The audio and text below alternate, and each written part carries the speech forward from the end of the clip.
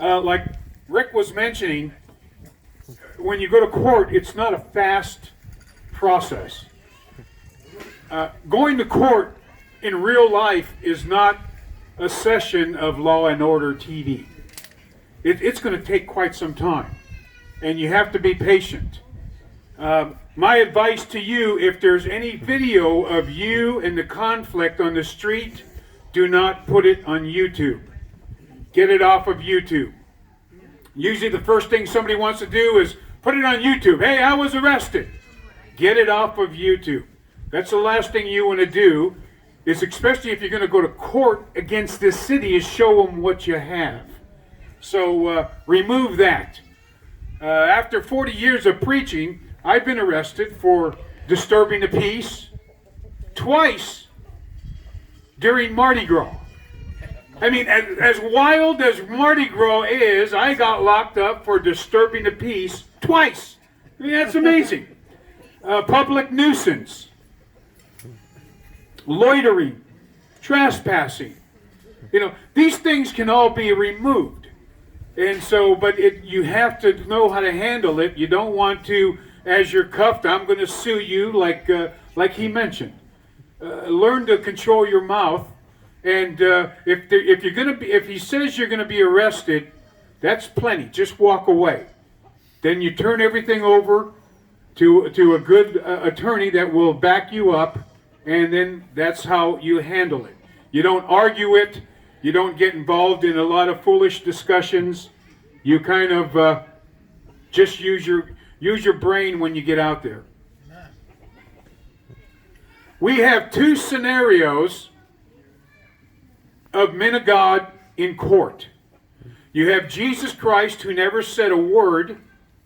You have the Apostle Paul, who used his citizenship. That's good. So we have a large scale when we go to court, because your critics will say, brother, don't go to court. You're not supposed to go to court. Well, you have Paul using his citizenship to get off of being arrested. There's a story I'll share with you before we bring Grant up. And when Grant's preaching, please feel free to walk around, because everybody walks around when these guys are here. You need to pay attention. You know, you ought to be sitting around, not chit-chatting, not loading up your tables. You guys ought to pay attention. You don't have a man like Rick every once in a while. Everybody should have been watching, listening, and taking note. Because you shouldn't call me, hey, Ruben, I just got in trouble. That's right. You had the man here and you didn't pay attention. We had a chance when we were preaching at Ohio State that one of the teachers came out because her students were coming in the class talking about these guys with banners. And, this teacher, who Brother Jed knows, she was teaching world religion at Ohio State. Okay? And, we travel around. When we go to hit an event, we try to go to a college campus, and we were out there with the banners, and she hears that we're out there preaching from her students. So this teacher that teaches the world religion comes out, and she's just listening to what it is that we're saying. It got to the point where over the years, we became friends, this teacher. Interesting gal. She grew up in Florida. She grew up in a Baptist church. And evidently what happened is when she went to school, she pretty much turned into an atheist. And now she teaches at Ohio State. But when she was going for her doctorate, she wanted to write her thesis on confrontational evangelism. That was her thesis. And with that, she followed us around, me personally, for about 3 months to take notes.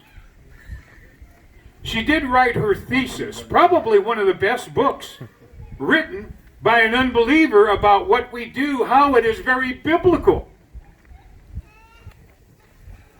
Problem was, when we were on the streets and we were preaching, she never knew all the problems we had for free speech. Mm-hmm.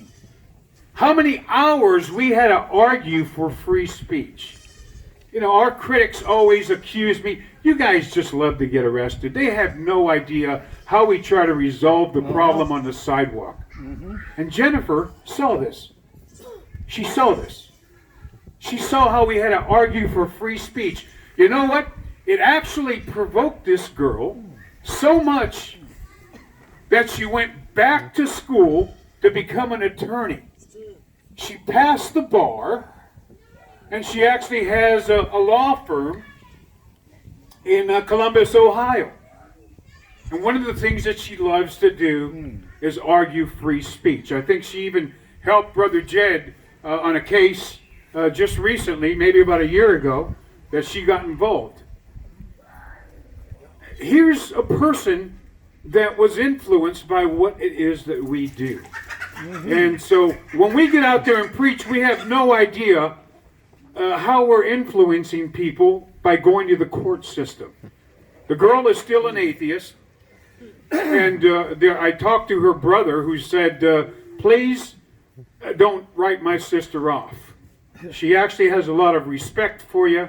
And you're really one of the things that we're praying for because you might get her back into the faith. But she grew up as a Baptist, actually read her Bible, and I'll tell you, she probably knows more Bible than most Christians do. But she's an atheist. And she was influenced by all of the times we had to argue for free speech. Some of the relationships I have with people across this country are atheists, Mormon high priests. I mean, it's amazing that I still work with some of these people and talk with some of these people. But if ever we're in Columbus, Ohio, I've stayed at her house before, and she'll come out and watch to make sure that we're okay. But she's an atheist. She's there to try to help us on the sidewalk, even though she detests everything that we say. It's amazing. So free speech that we have in our country is a gift that we need to actually preserve. And you and I are the boots on the ground. Amen. And when we get in trouble, when we have a problem, try to avoid getting arrested because then it is a criminal matter. That's different for free speech. Yeah. We try to avoid it. As long as we got it on record with the video that you'll be arrested, that's all you need. Pack up and walk away. The camera does not lie. That video camera doesn't lie, doesn't cheat. It's not prejudiced. And so when it's actually in court, it's going to be the best witness ever. When we were in Canada, one of the main guys that we went to go visit, he was involved with atheists and sodomites, and we went out to his event. We found out he was an old guy. Basically, he was an old hippie that fled to Canada. And this guy's about as liberal as it gets, and he's the one that made all of these big homosexual things in Canada. So he preached at his event. It was chaos. How many police officers had to show up to cause peace in the park? But the guy was an older guy in a wheelchair, and we found out what convalescent home he was at. So, being Americans that we are, we decided to go visit this guy.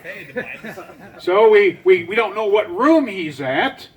So we took care of that. God gave us a brain. Called up the convalescent home. Hi, I'm from ABZ Florist Department. We're here to give some flowers. Can you tell me where Joe Schmo lives? Oh, yeah, he's in room 75-3. Okay, thank you.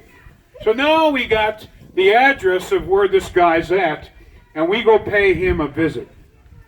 We knock on the door, and we have a conversation over the door, and then he finally opens it up, and the guy looks like he just saw a ghost. We exchange a few words. John gets the last words in.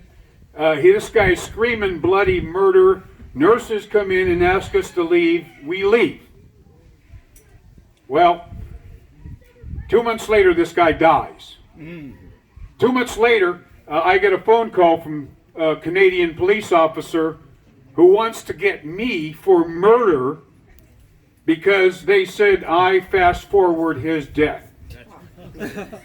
So I told him, I said, well, we got the whole thing on video. And so she says, well, I'd sure like to see that video. And I said, I bet you would, but you're not going to see it. You know, welcome to court. When it's discovery, then we'll show you what we have. But, you know, we didn't threaten this guy, and we shouldn't be, you know, charged with murder. Evidently, the guy, they tried to get us for murder. That was one of the reasons why they banned us in Canada. But that video camera is extremely important. You have to understand that. Things that we go out and preach, I rarely put on YouTube. Less than 1% of what I do goes on YouTube. There's some guys, everything they do, they put it on YouTube. Less than 1% goes on YouTube. That camera is just there to actually straighten out in case we get falsely accused. Police department understands that. This is why most officers actually have a camera on them. It doesn't lie. Doesn't you know, stretch the story. So that's a little bit about free speech, guys. That was a great education, and hopefully, again, we want to preserve what we have in this country so we don't become like Canada. We don't become like some of these other countries. Our next speaker is going to be Brother Grant. I knew this young man. I'm sorry? Wild Man Grant. Yes, I knew this young man right after he got out of high school. His father was a preacher, Ray. He used to preach with a man called Holy Hubert. And these guys used to go to campus together, and they'd run to see who gets there first to be the first preacher. So Grant was under the impression of what it's like to live with a father who preaches. And he's got a great testimony. Lived a pretty pure life, grew up with a father that raised him properly, and then we got a chance. He came and lived with us for about 6 months, and we got a chance to spend some time with Grant. So I've known this guy ever since he pretty much got out of high school. Brother Grant,